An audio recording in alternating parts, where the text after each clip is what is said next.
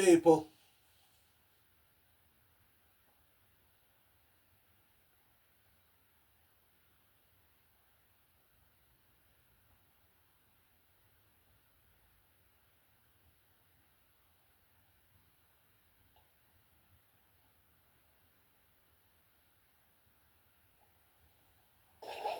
Hi there!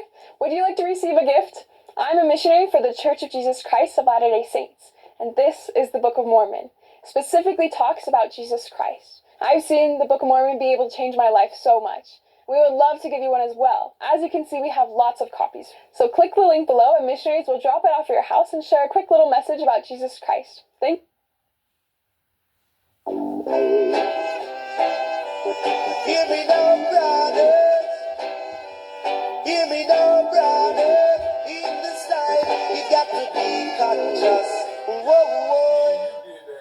Due to political fiction, due to political fiction, and a man gone in a different segregation. Due to political fiction, due to political fiction, and a man gone in a different segregation. You can't go uptown, me say you can't go downtown.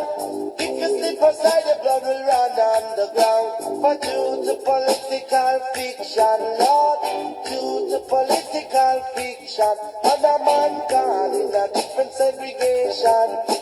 We're living so near and yet so far, all because of political war. It's a pity in the city, war. It's a pity in the city. For me, say due to political fiction, Lord, due to political fiction, and a man gone in a different segregation. Bang dilly wah, da da da da no.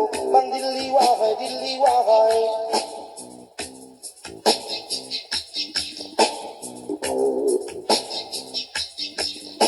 The breaking of family ties, separating husband from wives. It's a pity in the city, oh, it's a pity in the city. Come it's a due to political fiction, Lord, due to political fiction, and a man gone in a different segregation.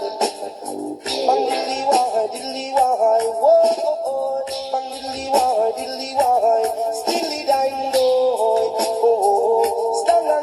looking at foster care. I think that's going to be important to making certain that children are properly cared for. Mr. Chairman, I know that you and Senator Hawley discussed the fact that we have no government representative here today. And I mentioned they were not invited.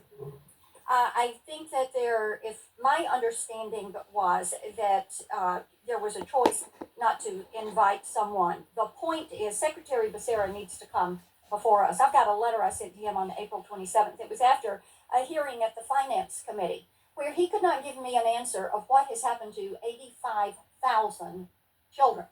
85,000 unaccompanied children. HHS is responsible for them. And they can't find them. They don't know if they're dead or alive or trafficked or being worked because they can't find them. The Office of Refugee Resettlement has lost about a third of the children that they're supposed to be caring for. I think this is shameful. I have not looking at foster care. I think that's going to be important to making certain that children are properly cared for. Mr. Chairman, I know that you and Senator Hawley discussed the fact that we have no government representative here today. And I mentioned they were not invited. I think that if my understanding was that there was a choice not to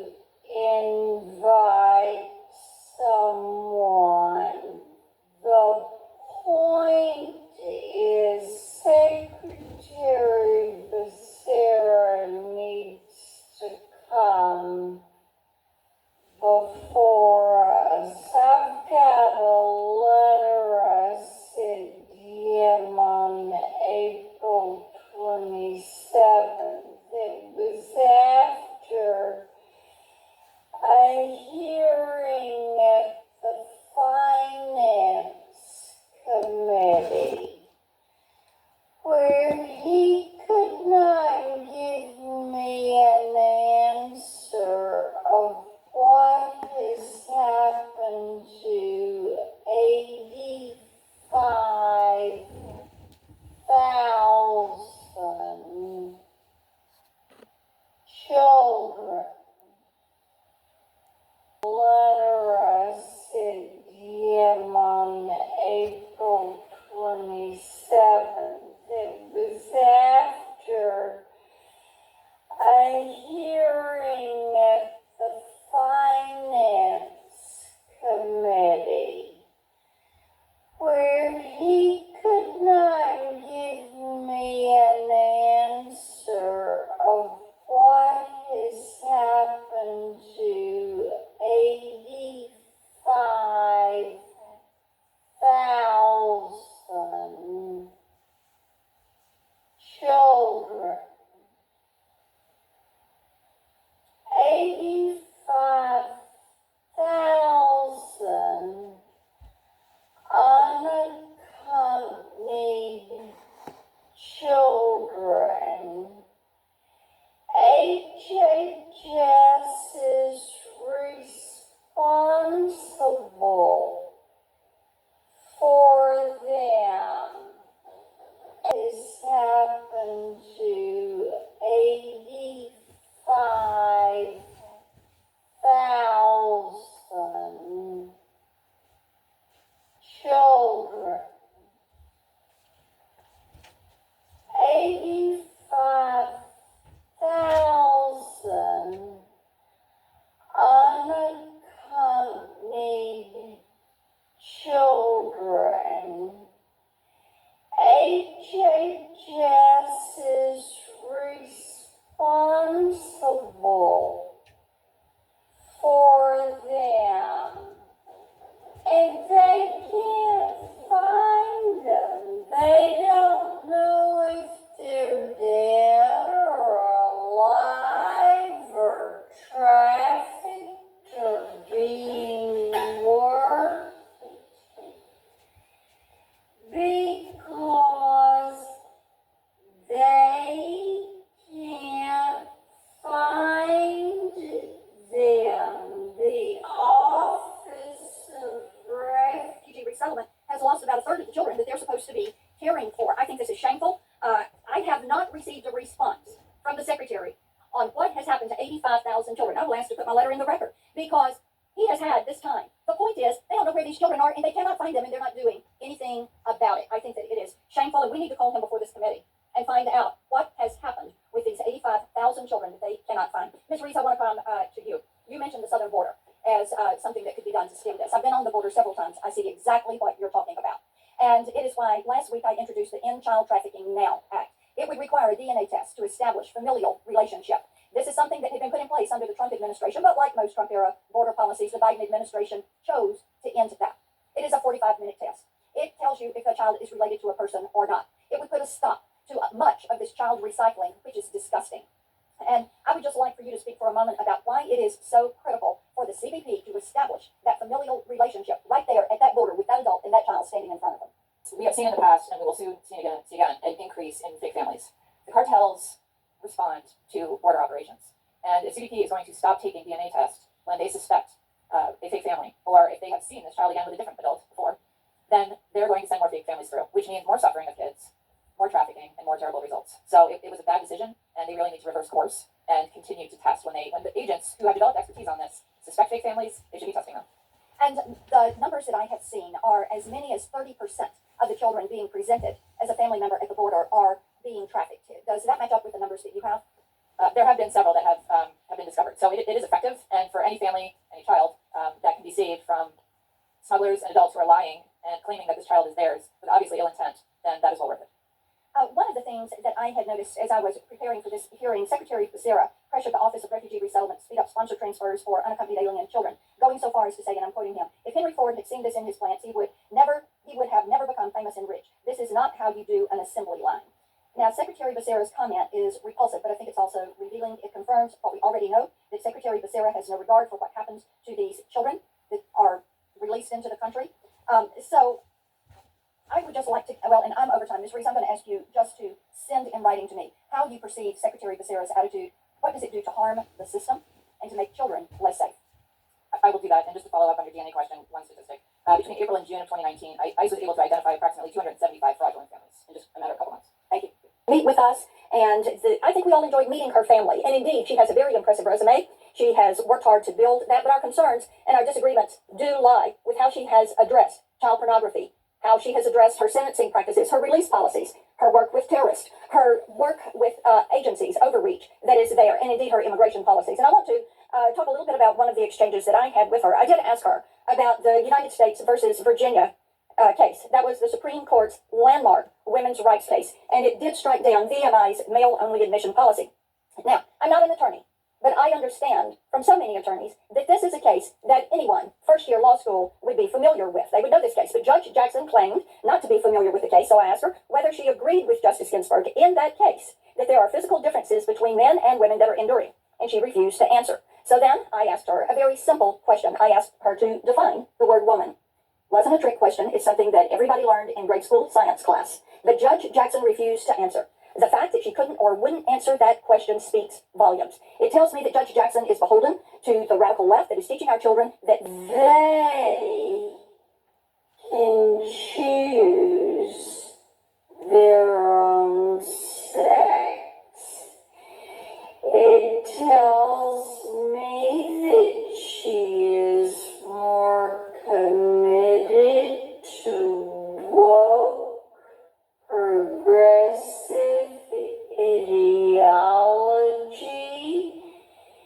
than she is to common sense and the rule of law.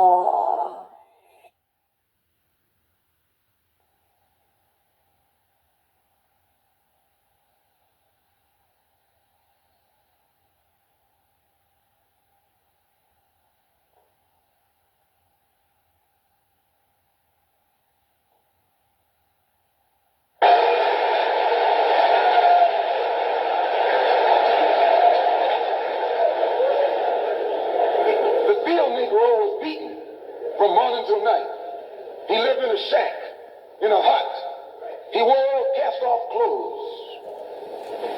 And he hated his master. I say he hated his master. He was intelligent. That house Negro loved his master. But that field Negro, remember, they were in the majority. And they hated the master. Stop wasting your time with dropshipping, Forex, crypto, or SMMA. Artificial intelligence. When the house caught on fire, he didn't try and put it out. That field Negro prayed for a wind, for a breeze. When the master got sick, the field Negro prayed that he died.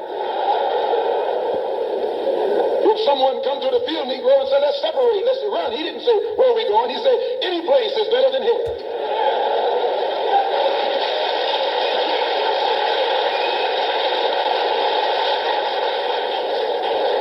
You got field Negroes in America today. I'm a field Negro. The masses are the field Negroes. When they see this man's house on fire, you don't hear these little Negroes talking about our government is in trouble. They say the government is in trouble. You got field Negroes in America today. I'm a field Negro. The masses are the field Negroes.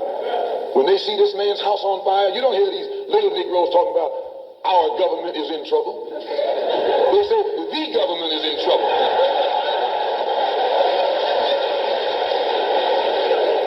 Imagine a Negro, our government. I even heard one say our astronauts. They won't even let him near the plant. And our astronauts, our Navy, that's a Negro that's out of his mind. That's a Negro that's out of his mind. Just as the slave master in that day used Tom, the house Negro, to keep the field Negroes in check. The same old slave master today has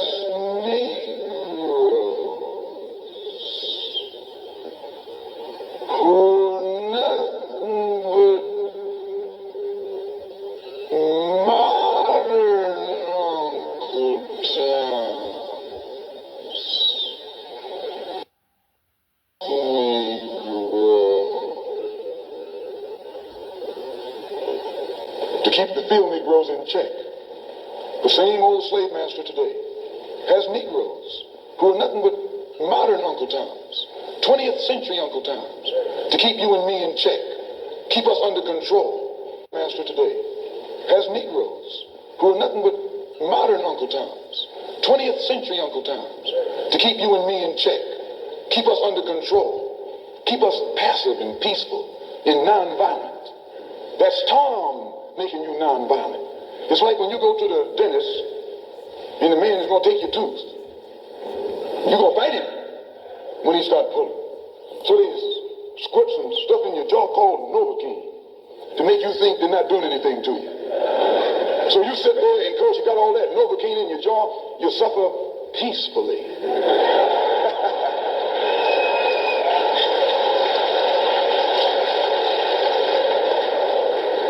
Blood running all down your jaw. And you don't know what's happening because someone has taught you to suffer peacefully. The white man do the same thing to you in the street. When he don't want to put knots on your head and take advantage of you and don't have to be afraid of you fighting back, to keep you from fighting back, he get these old religious Uncle Toms to teach you and me. They're just like Novocaine, suffer peacefully. Don't stop suffering, just suffer peacefully. As Reverend Clee pointed out, let your blood flow in the streets. This is a shame. And you know, he's a Christian preacher. If it's a shame to him, you know what it is to me.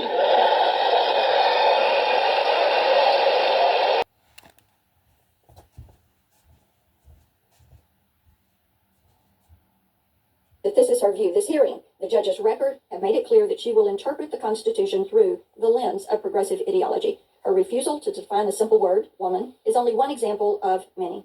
Another is her desire to make excuses for some of society's worst offenders. She has suggested that we are too tough on child predators, and as a judge, she has ensured that these offenders receive some of the lightest sentences possible. She serves on the board of a K-12 school that teaches kindergartners that they can choose their own sex and teaches them about so-called white privilege. And she has praised the now discredited 1619 Project and has stated that judges should consider critical race theory in sentencing criminal defendants. This hearing has revealed the extent of her personal hidden agenda, which explains why she is the favorite pick of some of the radical left dark money groups. But the role of a Supreme Court justice is to interpret the law, not to take up arms in a culture war. She promised the committee that she would decide cases from a neutral posture and that she would rule consistent with her judicial oath. While she may be sincere in that pledge, I still have concerns that her ideology may influence her jurisprudence. As I told her, her primary commitment must be to the Constitution, not progressivism. For those reasons, I am certainly going to vote no for Judge Jackson. Before I close, Mr. Chairman, I did want to address a point of process. You have repeatedly dressed down my Republican colleagues and me for asking Judge Jackson tough questions. You did it throughout the hearings, you did it at last week's markup, and you've done it repeatedly in the media, including before we even had a chance to ask a question. You called our questions vile, baseless, and imputed dishonorable motives to us. My colleagues and I expressed legitimate concern that Judge Jackson sentenced child pornography offenders to less prison time than the national average. Judge Jackson and my Democrat colleagues claimed that the probation reports justified her decision, so we asked to see them. It was a reasonable request, but you responded by insinuating that we wanted to hurt children, and you specifically questioned why I, as a mother, would take that position. That was a surprising comment. We want to make one thing clear. Questions are not attacks. Confirming a Supreme Court justice is one of our most important duties as United States senators. This is a lifetime appointment, and it would be a dereliction of duty to our constituents not to ask tough questions. On YouTube, they having these accounts where they interrogate these people. I'm like, is they just telling you things that they did? If me and you did that, we'd be in jail immediately. But there are thousands of them doing this under Biden. Like Trump said, nobody gets fired under the Biden administration. All of the crimes and the foolishness that was going on, especially with one of the gay guys that was working with Biden, stole somebody's luggage and was wearing their clothes. And you in the White House, and you out here embarrassing the country and your party and the people that you came into the White House with, and they did nothing about it. This is the stuff that we're talking about. So it's like people want to be like, okay, Trump, right? But what about the people you push for and voted for to be in there? Look at what they're doing now, though. That's our job is not to arrest Trump or Biden. The people who's supposed to be arresting him, the ones that spy on everybody, the FBI, the CIA, the Department of Justice, Homeland Security, all these folks, why they not doing their job? But they doing their job to make sure Hunter and Biden them is good. And everybody's saying the foolishness with that. They was trying to get Trump. Evidently, they can't get him because they know that, because again, I said that was a dumb thing to have that January 6th, that close.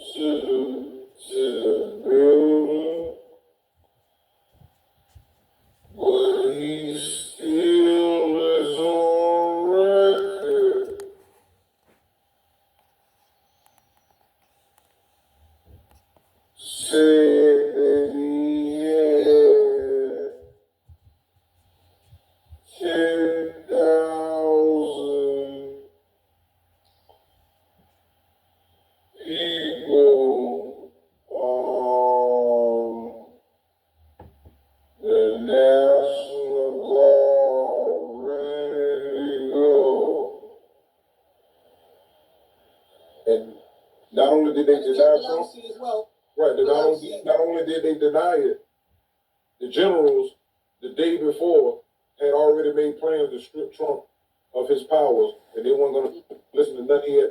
So he was caught on both ends, and also they found out there was FBI agents in the crowd doing all this foolery to make it look bad. All this stuff is what takes place amongst rivals when they're not playing by the rules. So, but they gotta put it off to after he get out of here. Another group said they have to drop the charges because it would tank the system if they allow a person that's convicted to sit in the seat. So now it's about optics and this never happened before. And the fact is they should have been trying to get Trump before he said he's gonna try to run again. So as he tried to run again, now all of a sudden y'all want to start with this stuff again. So all they did was show the public that somebody behind the scenes had power to make the Department of Justice go after Trump for papers that what he had in Mar-a-Lago. They were saying, you had paperwork that the government or whoever wanted it, and he wouldn't turn it over. So the thing is, when you start looking into that, I forgot what it's called, but presidents can declassify documents simply by saying these documents are declassified. That's how simple it is. It's not alone in the books. They can just verbally say it. And they knew he took that stuff with him. But the problem is, they would have pushed that as hard as they were trying to push and make people look at Trump different. They pushed, well, they can do this. They can declassify with the same energy they put on other stuff. The people are like, this is a witch hunt. This is ridiculous. Because if he was Some shows about Kamala. They never focused on Kamala. Even Kamala's whole election was on the war in the Middle East. Yeah, but they didn't care about that. Agenda 25. I mean, yeah, that's the only thing they wanted. Sorry, I keep saying 25. Why am I? What is? Your vote counts when they're not when there's a force is blocking the fraud. But they gotta understand too that it ain't just about the numbers. The people from the voting to the electoral college, they all see what this world is doing. They all see that, and because of that is why we're having these issues, because they're not educated. And I kept saying that. That's why I kept saying that. I said, and I kept telling Victor them that. When I kept using the word ignorant, ignorant just means you're uninformed. And then when you add in biasness and one-sidedness, and now you want to play this side versus that side, you're only playing yourself worse and worse. You're not helping. You're only hurting yourself. And that's the thing that I was trying to really tell them and pumping and all that. Like, yo, y'all really are uninformed. Because if you knew what I knew, you wouldn't have said and didn't know what I was talking about. That's why I kept saying, I said, y'all don't. And then all thing they could do is say, oh, you don't know what I know. Because that's like again, if I said you don't know the Pledge of Allegiance, but you know the Pledge of Allegiance. And you can easily say, boom, I can recite it right now. I can show you that I know what the Pledge of Allegiance is. And not only that, there's nothing else extra you can say about the Pledge of Allegiance. But they never did that because they knew they didn't know. Again, that's why Victor kept saying, you heard a conspiracy, not a conspiracy. That shows you was ignorant from the jump because it's documented in the United Nations themselves. Agenda 21 was started by them. How is that a conspiracy? And you claim to be so, but they never did that because they knew they didn't know. Again, that's why Victor kept saying, you heard a conspiracy, not a conspiracy. That shows you was ignorant from the jump because it's documented in the United Nations themselves. Agenda 21 was started by them. How is that a conspiracy? And you claim to be so United Nations informed. Your parents was involved with the United Nations. So if it's a conspiracy, it shouldn't be on the books for them. A conspiracy would be another side is saying that the United Nations is doing something with Agenda 21 and it's not verified with the organization itself. Then you have a point. Then you can say, well, it's people outside of the UN saying that, but I've never seen it. Can you show me more proof? Then I'll be like, you're right. But I'm sitting here, this Negro trying to tell me, I don't know what I'm talking about. And nigga, I'm looking at the United Nations website. How that makes sense? And I'm only was getting about it. Nigga, I'm looking at the United Nations website. How that makes sense? And I'm only was getting offended because I know what the United Nations have done. That's not a public organization. What is wrong with what's wrong with someone having their own opinion? Someone having their own. It's not even an opinion. I'm talking about conversations I had with a person. That's not an opinion. I never gave my opinion. They were doing that. They're the ones who would sit online for 30 hours opinionating. Exactly. That was the difference. I'm like, I'm not doing none of that. I wasn't saying he was. I wasn't saying you had to. No, I wasn't saying. No, you didn't say that, but that's what Victor used to say. Victor prided himself in labeling other people's responses as opinions. No, bro, this is not an opinion. I don't come to your platform to talk about opinions. We're not discussing is the Cowboys better than the Raiders. Those are opinions. No, you didn't say that, but that's what Victor used to say. Victor prided himself in labeling other people's responses as opinions. No, bro, this is not an opinion. I don't come come to your platform to talk about peace. We're not discussing is the Cowboys better than the Raiders. Those are opinions.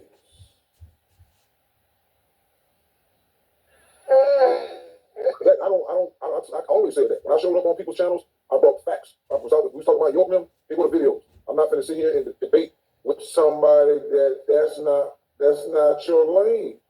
Like I told him, there's certain things he knows about politics that he knows. I'm not going to sit there and tell you and try to force you to yield to something and I don't know nothing about it. And that was the case. So, but I know that it's a spiritual thing too. And that was his spirit making those ridiculous rebuttals.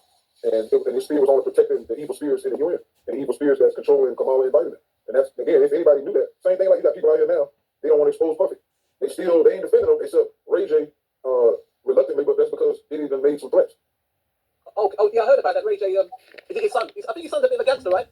Well, his sons, they mad at him because he was on this news network talking against Diddy. And they tried to jump him on his Halloween that passed.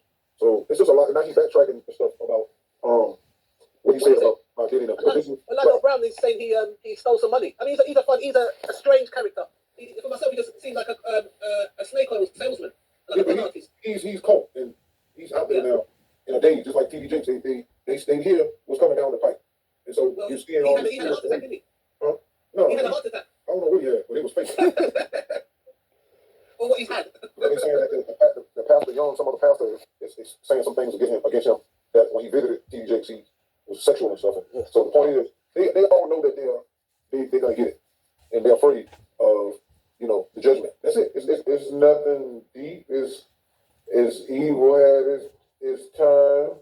You only can run so long until you get caught. Everybody don't get caught, but a lot of people do, and so we see that. The same thing with Diddy. Diddy was a Democrat. The same thing, and I was like when Kamala had that Democrat National Convention a couple of months ago, and she sat up there talking all this stuff about Trump, and even before that about being a predator and all that stuff.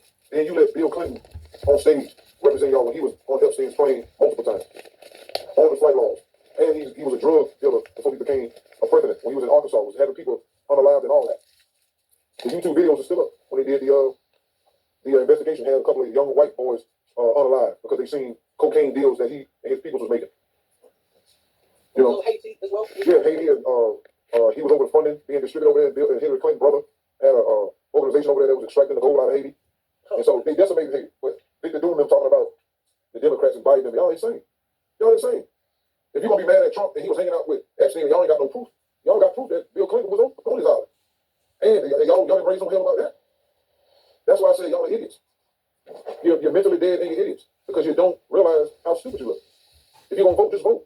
Or you get out there acting like a Democrat shield and the bodyguard and everybody that's not rolling with this party because of certain things and the people that's in it. I say apply the same thing. If you think the GOP, the rest of them is full of ish because Trump is involved, and what you should feel the same way about them other people on the Democratic side. Because you got Hillary is a known criminal amongst the Democrats. Mayorkas, the guy that's over the borders are. They was allowing these people to come in. So, is it Santos? What was the other guy we were bringing awareness about? To understand this, you have to go back to what young brother here referred to as the house Negro and the field Negro, back during slavery. There was two kinds of slaves. There was the house Negro and the field Negro. The house Negro, they lived in the house with master. They dressed pretty good. They ate good because they ate his food, what he left. They lived in the attic or the basement, but still they lived near their master. And they loved their master more than the master loved himself. They would give their life to save their master's house quicker than the master would. The house Negro, if the master said, we got a good house here, the house Negro said, yeah, we got a good house here. Whenever the master said we, he said we. That's how you can tell a house Negro. If the master's house caught on fire, the house Negro would fight harder to put the blaze out than the master would. If the master got sick, the house Negro would say, what's the matter, boss? We sick. We sick. He identified himself with his master more than his master identified with himself. And if you came to the house Negro and said, let's run away, let's escape, let's separate, the house Negro would look at you and say, man, you crazy. What you mean separate? Where is there a better house than this? Where can I wear better clothes than this? Where can I eat better food than this? That was that house Negro. In those days, he was called a house nigger. And that's what we call him today, because we still got some house niggers running around here.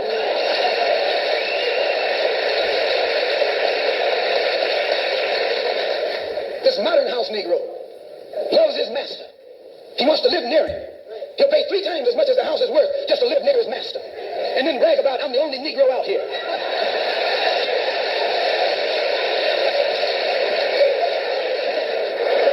I'm the only one on my job. I'm the only one in this school. You're nothing but a house Negro. And if someone come to you right now and say, let's separate, you say the same thing that the house Negro said on the plantation. What you mean separate? From America? This good white man? Where you gonna get a better job than you get here? I mean, this is what you say. I ain't left nothing in Africa. That's what you say. While you left your mind in Africa.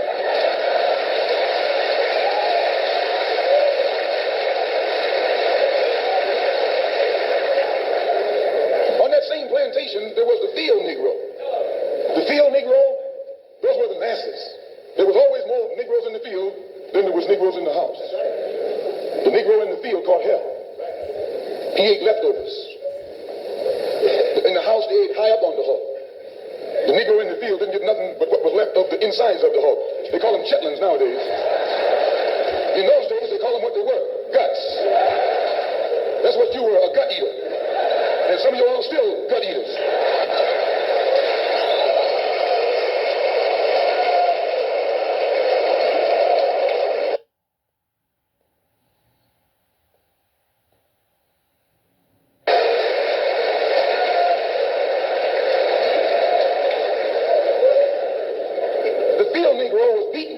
From morning till night. He lived in a shack, in a hut. He wore cast-off clothes. And he hated his master. I say he hated his master. He was intelligent. That house Negro loved his master. But that field Negro, remember, they were in the majority. And they hated the master. Not wasting your time with dropshipping, Forex, crypto, or SMMA, artificial intelligence. When the house caught on fire, he didn't try and put it out. That field Negro prayed for a wind, for a breeze. When the master got sick, the field Negro prayed that he died. If someone come to the field Negro and said, let's separate, let's run, he didn't say, where are we going? He said, any place is better than here.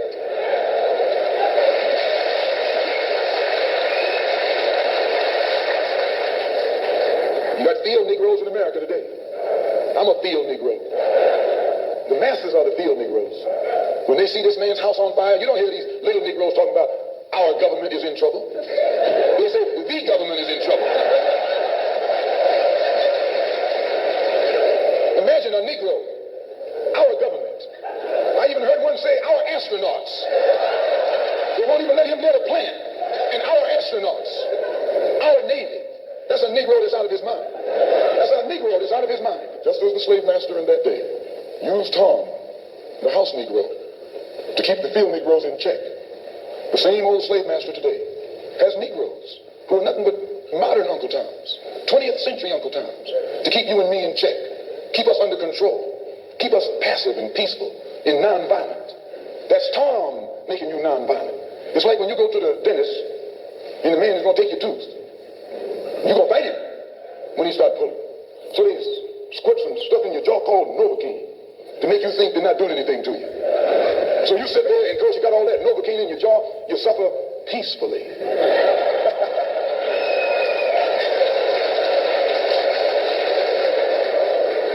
Blood running all down your jaw. And you don't know what's happening. Because someone has taught you to suffer peacefully. The white man do the same thing to you in the street. When he don't want to put knots on your head and take advantage of you and don't have to be afraid of you fighting back. To keep you from fighting back, he get these old religious Uncle Toms to teach you and me. They're just like Novocaine. Suffer peacefully.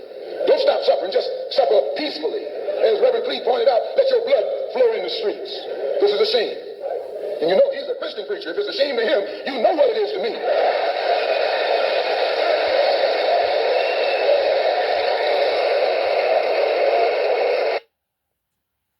Do you think that she was ambitious? No, I think she wishes to be measured against the best. If she was playing tennis, she would be Serena, and that's how competitive this woman would be and can be. She would always be focused on, I'm going to win. You remember that right from the start? Oh, from day one. Hello, my darlings. millennium, she was back in San Francisco, working on cases concerning families and vulnerable children. Her old boss, Louise Brenny, remembers her as driven but generous. It was a tough job, but by the same token, you had to have a kind heart. One day, Kamala came into my office with an armful of teddy bears, and she said, "Come on, Louise, it's adoption day, and we're going to go over to court. We're going to hand out teddy bears to the children and the families that are doing the adoption, so they'll have a way to remember this occasion." And I thought that was really pretty remarkable. Her soft exterior masked a steely determination. Harris had her sights set on the job of district attorney, a key role prosecuting criminals in San Francisco. She won a bitter election battle, her first political victory. I will follow the rule of law and enforce the law. But just 4 months in, the murder of a policeman changed everything. Police say the two plainclothes officers approached a man who apparently was acting suspicious when that suspect opened fire on both of them. 29-year-old Isaac Espinoza was gunned down by a gang member. Harris chose not to seek the death penalty, in line with her campaign promise not to pursue capital punishment. She announced it at a press conference without warning. The outcry from police officers was furious. It's a loss that just never goes away. Tracy McRae is head of the San Francisco Police Union. He was young, fit. She says she'll never forgive Harris for her handling of Espinoza's murder. She didn't speak to the family. She made that decision on her own. And I don't care if she keeps saying, well, someone from my staff, or yeah, no, you didn't do it yourself.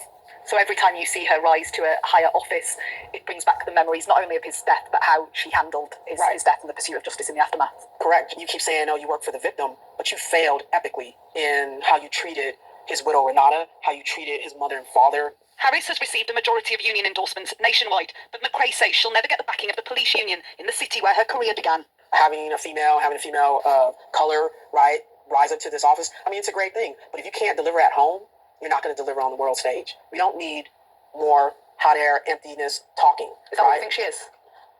I think she talks a lot, but when it comes to actually producing and having concrete results, well, where are they?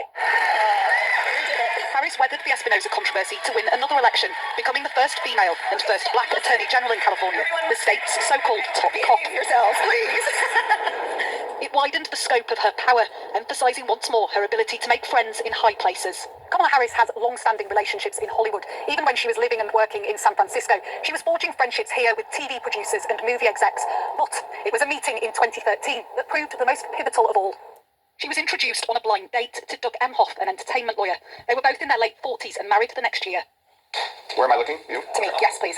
Matt Maloney is a doyen of Hollywood reporting. In a previous life as a lawyer, he worked with Emhoff. He was very smart, very ambitious, very competent lawyer, handled great cases, and it was a pleasure working for him. Emhoff has 2 children, Cole and Ella, from a previous marriage.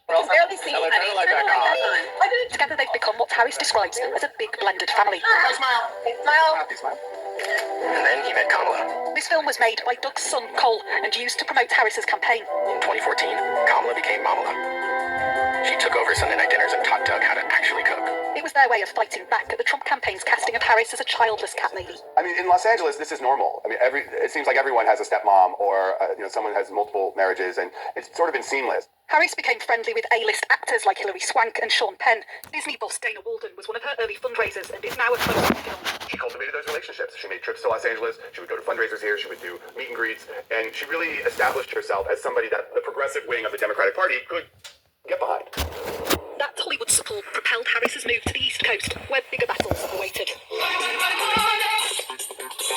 It was 2016, and a new, unexpected force in politics was in town. My little godson's tears tonight because we might have elected Kamala Harris won a seat in the Senate. I believe this is that moment in time for our country.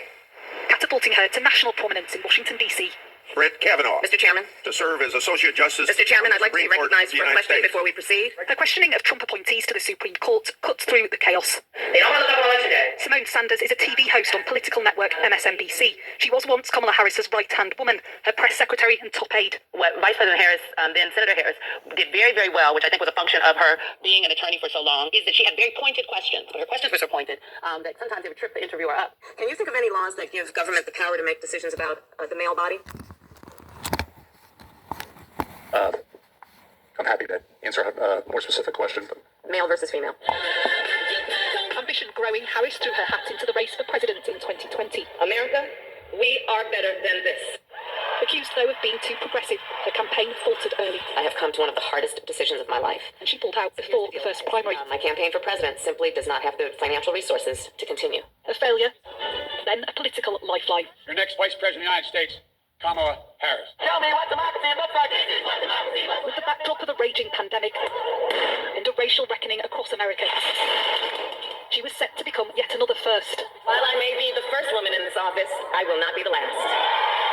President Biden and Vice President Harris, at the time, they were very, I think, responsive to the movement that had emerged. Many things, I think, converged on this moment in 2020 that brought Joe Biden and Kamala Harris that victory. It was a relationship forged in quarantine.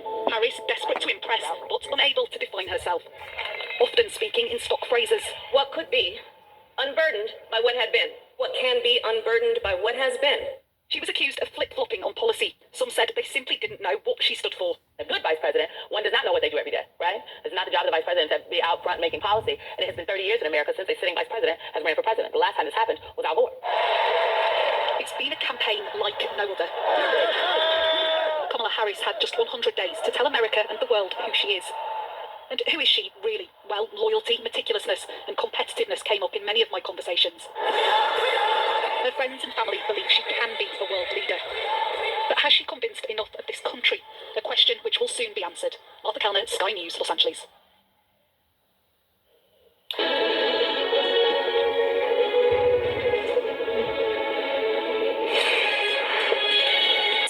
Days since Joe Biden announced he wasn't seeking re-election, kicking off a sprint for the new Kamala Harris team to convince America she's ready for the Oval Office. It was sexual and stuff.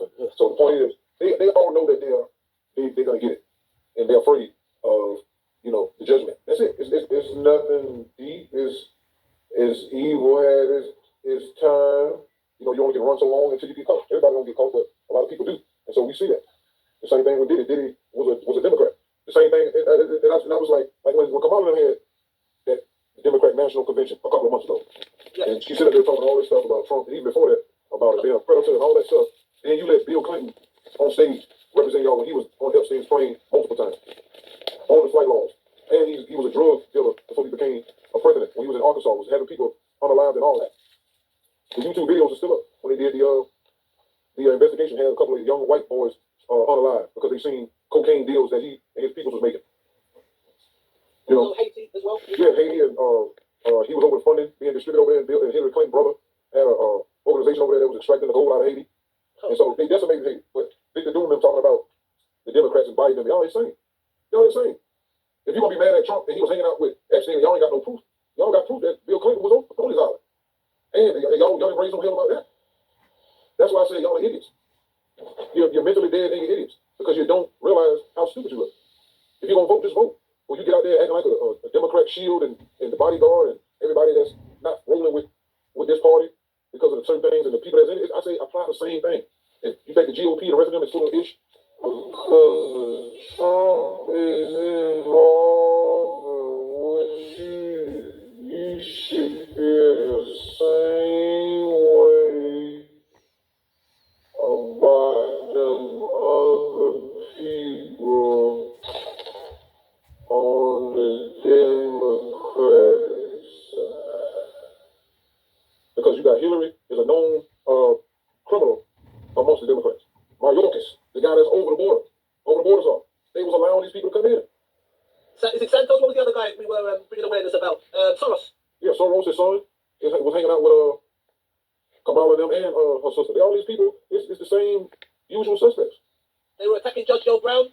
And yeah, maybe I was a little bit strong for my words in traitor, but I cannot accept anyone can be pro for their country if they're not living in that country. We've got to be real. If you leave your country, that means you've basically given up your citizenship. You should be able to vote if you're not in the country and you're not living there. How does that work? Again, that's the foolishness. Now, let's say if you're in the military and all that, you on a mission for your country, yeah. But if you go into a whole other country and you got dual citizenship, wherever you live at, you're supposed to be able to vote there. But they don't realize that this is the cracks in the way the country runs its politics and rules. Like I said, if you're telling me it's illegal for people to come in here, that means there should be consequences. Biden made no consequences. Like Trump said, they can't got caught. They stay in Mexico until it's time.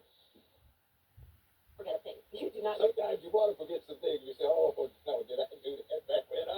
But then sometimes you know. Yeah, and you clearly remember a lot, and you were running the exact same circles as Kamala Harris. You're out in California. So can you explain to us how you met her father and how that came about? What was going on is this is a convoluted story. Magic Johnson's mother, a fine woman, and one of her buddies, who was the oldest sister of a personal friend of mine, would always involve me in these projects with the island, right? So they got me down there, and I was supposed to participate in the youth program in Jamaica. So I was the guest of the Prime Minister and the Governor General. Who was that at the time? Well, let's not get into that because there's some complications with that. And my ex and I, we were attendees at this dinner, so we got introduced to everybody's favorite Hindu professor. And he was sitting next to my ex-wife, or wife at the time, for a while, so we all had this back and forth questioning thing at the table. So it was quite interesting, and I recalled running into him back in the 60s. He and his wife were grad students up in the Bay Area, and I was an undergrad at UCLA, so there was a back and forth between Los Angeles, man, where you go crazy and then go to the asylum up in the Bay Area. So it was interesting what was going on back then. So how was his demeanor when you guys are at this dinner and you're in Jamaica? What do you think about him? He's reserved. Reserved. Dignified, laid back. But still involved in my understanding is that he's been involved in politics actually for a long time. He's had an interest in politics his entire life. Yeah, right. I'd call him a Marxist. A Marxist. And that is exactly what I've heard from a family member of his, that he, from the time he was very young, was always involved in Marxist meetings and Marxist groups, kind of a dyed-in-the-wool commie. I don't think that's something that he's ashamed of, by the way. I think he wrote about in the Jamaican Global Online how he was sort of raised up on the politics via his, who he reports to be his grandmother, Christiana Brown. But it's interesting that you said you were introduced to a Hindu professor. What made you think that he was Hindu? That's the introduction. That was the introduction. Okay. And your wife? What is she? No, did she get to talk to him about that? She talked to him, and it was interesting because at that time there was no reason to put him with anybody special until you started putting all of it together. He was a Marxist, and when he was up in the Bay Area, a lot of things were going on up there. That was Liberty Park up there, where in 1964, a lot of what was going on that led to the rousing unrest of the 60s and the public demonstrations was happening. My in-laws were from up there, and I didn't know them then because I think my ex-wife was born the same year that Kamala was born, so, you know, this was before all of that, but this was the locus of a lot of things going on. The Black Panther Party was up there, developed, so it was pretty radical in Berkeley, Oakland, Richmond, and this is where the action was. UCLA was in Los Angeles. It was a bit more civilized, you know, really wild up there in the Bay Area. So he gravitated to that. That's the way I would analyze it. So there was a Marxist thing up there. Also, this was during the rise of Jim Jones, which is another thing. You know Jim Jones, the Kool-Aid and the picnic. Kamala's sponsor, Willie Brown, Maxine Waters, and some other people were, Nancy Pelosi were staunch supporters of Jim Jones. Be interested, yes, you need to look into that. You'll find some very interesting things like, hey, this was your mentor, and he was a supporter of this. So it was a center for a lot of radicalism at the time. Wow. So Jim Jones would go on to be a mass murderer. Set up a cult in America. They moved all these converts to Guyana. And in Guyana, tragedy would unfold amongst a lot of native people of Guyanese people, also people from abroad. Even a government official was harmed, and which led on to the actual kind of invasion of Jonestown in Guyana, which was set up in the jungles, far away from anywhere else. Unfortunately, by the time they got there, the lethal dose of cyanide-laced Kool-Aid was given to the people, and bodies were strewn everywhere. Awful scenes. So that's a revelation there. Also, why would they say he's a Hindu? That seems a bit strange, especially being in Jamaica. Was he looked at as sometimes half Indian and half black, are called coolies, which is a racist word, which has become accepted somehow in Jamaica, unfortunately. So you have that name. So that's strange. Was sexual and stuff. So the point is, they all know that they're gonna get it, and they're afraid of the judgment. That's it. It's nothing deep. It's evil at its time. You only can run so long until you get caught. Everybody don't get caught, but a lot of people do. And so we see that.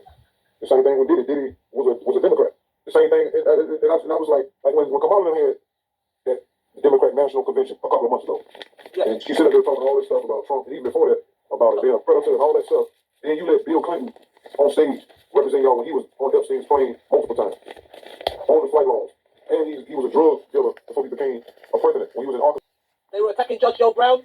And yeah, maybe I was a little bit strong for my words in traitor, but I cannot accept anyone can be pro for their country if they're not living in that country. We've got to be real. If you leave your country, that means you've basically given up your citizenship. You should be able to vote if you're not in the country and you're not living there. How does that work? But again, that's the foolishness. Now, let's say if you're in the military and all that, you on a mission for your country, yeah. But if you go into a whole other country and you got dual citizenship, wherever you live at, you're supposed to be the vote there. But they don't realize that this is the cracks in the way the country runs its politics and rules. Like I said, if you're telling me it's illegal for people to come in here, that means there should be consequences. Biden made it no consequences. Like Trump said, they can't got caught, they stay in Mexico until it's time. Biden let them come in and get caught, then release them on this side of things. So it's like you shouldn't even have nobody stop them. Why is ICE not able to do their job on the Border Patrol? We catch them, bring them in, y'all tell them to release them, and then let them stay over here, and you don't even know that. And they wander around, criminal gangs, right? They wander around becoming part of the gang. Some of them forced them to be gang members, and now they got to go out here and do all this crime.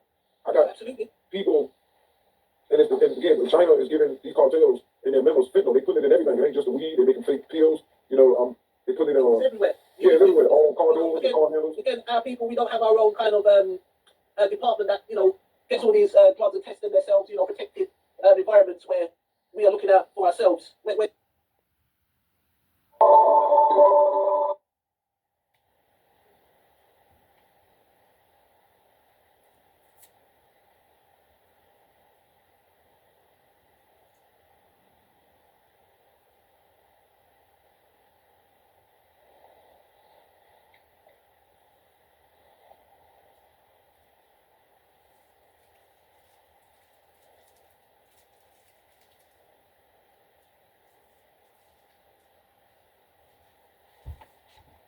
He would not. Tonight, President Biden pardoned his son, Hunter. The younger Biden faced prison time for felony gun and tax evasion convictions. Kick on this reporter Lori Perez outside the federal courthouse in downtown LA after speaking to experts who say this is big trouble for Democrats. Lori.